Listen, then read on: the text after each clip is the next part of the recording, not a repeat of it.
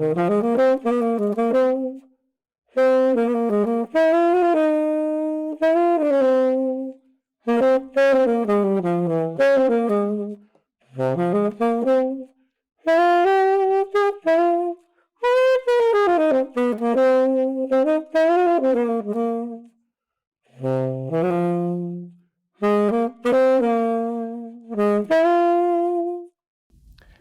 Anthony Woodruff Jr., also known as Tony Paul. I'm a saxophonist, I'm a flute player, I'm a musician, I am an educator, I am a father, a husband, a teacher, a friend, and most importantly, I am a musician. Well, being from a musical family has its perks, but then obviously there are some nights where parents are out performing. But I remember my earliest memory of being the child of a musician is being in studio, sleeping on the floor while my dad recorded, because my dad played with Song Revolution. So for the most part, I had a normal childhood. Went to school, had friends, did normal things. I only really got into music as I went into high school. So yeah, I'd say it evolved pretty much like any other childhood. My dad is one of the main reasons why I started music. He's a musician, and initially I wanted to play trumpet just like him. But he said, your name is Anthony, my name is Anthony. There's going to be a lot of confusion. So you probably should not play trumpet. So the next choice was saxophone. And it just so happened that I played saxophone very well as a young musician, as a young person. So that developed.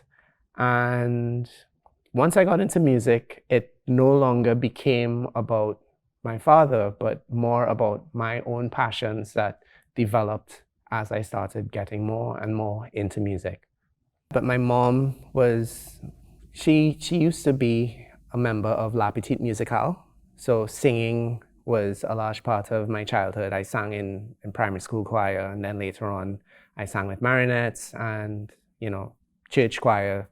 So it's not just my dad, but it's also my mom. I have an uncle as well who is a music festival champion.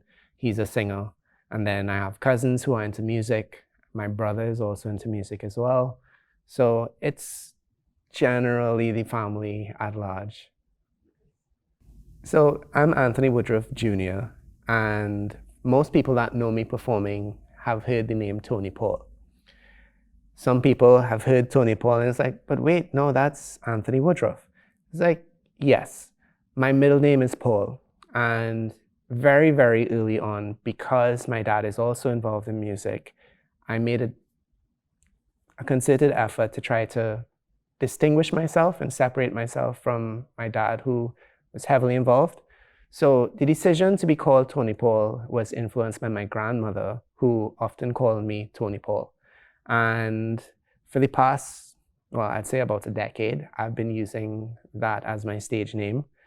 It's sometimes difficult where I'm at work and students know me as Anthony Woodruff, and then it's, oh, sir, is it Tony Paul as well? It's like, no, you can call me Anthony. But I made a decision a long time ago to separate myself and have my own identity as a musician in Trinidad and Tobago and in the region at large.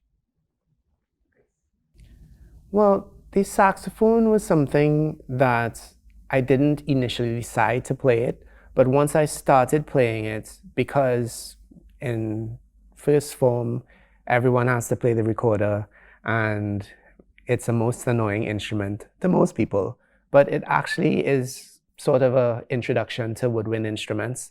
So I was pretty proficient on the recorder. So once I started playing saxophone, it felt very natural. And then after that, I picked up flute, started playing clarinet. Later on, I even started playing the bassoon, which is a double-reeded instrument that not very many people know what it is. And even later than that, I also started playing the oboe, but not as a performance instrument, just to know how it works.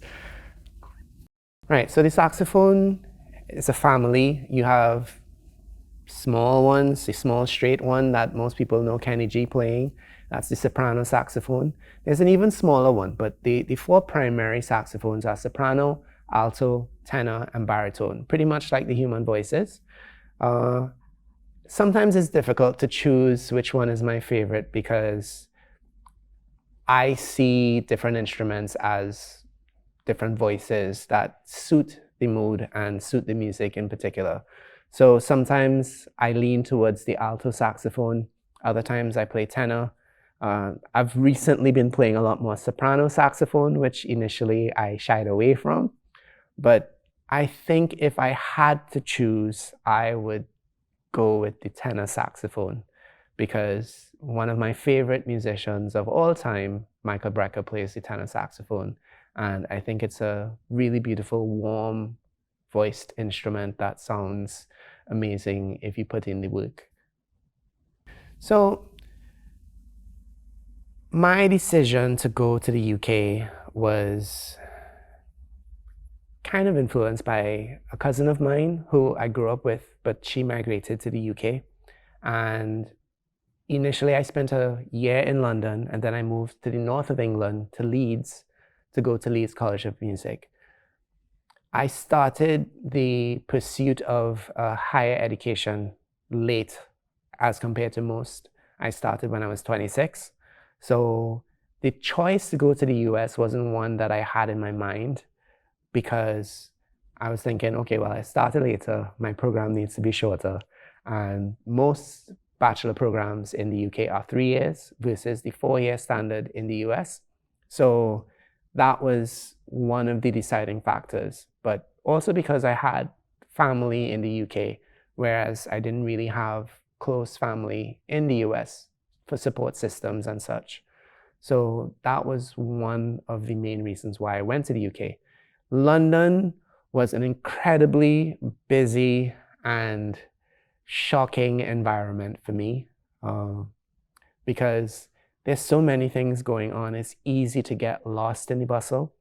But fortunately, I was around friends and I was able to go to jam sessions, had the odd gig here and there, but it was really a learning experience for me in terms of life and the things that you have to do, the sacrifices that you have to make to be successful and to try to fulfill your desires and your dreams. Just the level of professionalism that the musicians that I interacted with while I was in the UK, particularly in London. I remember one instance where I was playing with, it was basically a carnival show with UK musicians and Caribbean musicians.